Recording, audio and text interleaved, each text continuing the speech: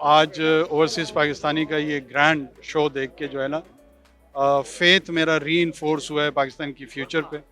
पाकिस्तान के जो overseas assets हैं, ये शायद पाकिस्तान का सबसे बड़ा एसेट है और वो मैं इस कॉन्टेक्स्ट में कह रहा हूँ शायद हमारे माइंस एंड मिनरल्स से ज़्यादा बड़ा एसेट है। हमारा जो ह्यूमन पोटेंशियल है, ये around 10 million plus between 10 to 20 million लोग जो across North Atlantic, European continent, GCC इन ममालिक में रह रहे हैं।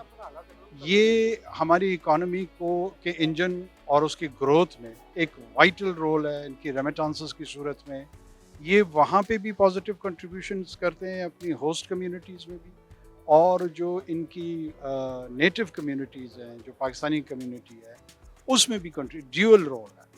ये यहाँ पे भी मस्बत हैं, ये वहाँ पे भी मस्बत हैं।